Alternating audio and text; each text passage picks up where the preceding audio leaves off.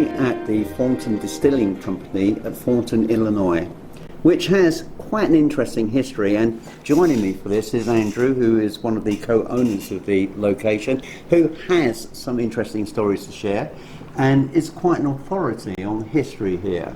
So, Andrew, can you tell me how and why this brewery came into existence?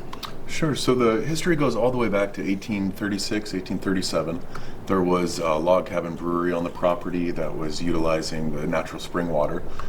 There's a large limestone quarry in Thornton, so the water comes from a deep underground aquifer, is filtered through the limestone, and is ideal for brewing and distilling. So the log cabin brewery operated from the late 1830s up until the early 1850s, when the brewery proper was built. So a German immigrant by the name Bielefeld came, was scouting locations, found a location that had an ample source of really good spring water that's limestone filtered, and built the brewery as it stands today in 1857.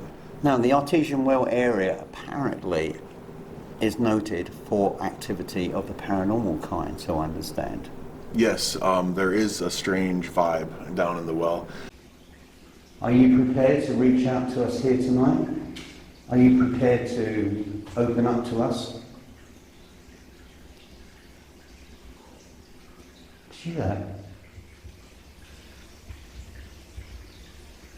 The child that I'm feeling the presence of is hiding, is keeping in the shadows. But there's somebody else here. There is definitely somebody else in this structure.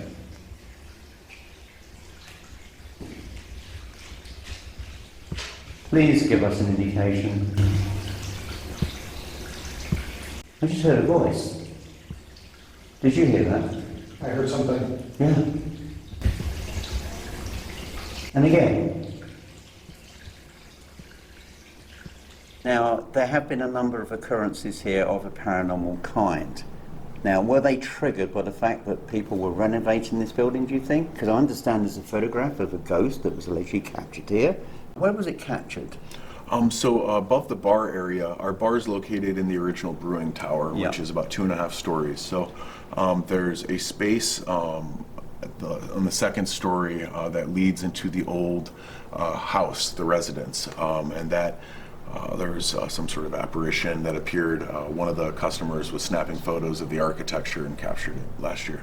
It looks like two figures in the photograph, doesn't it? Yes. Like perhaps a man or a woman that are peering down. I understand you mentioned to me earlier about the night watchman who allegedly haunts this property. Yes, there was a gentleman with the last name Hunt who was the property manager or caretaker.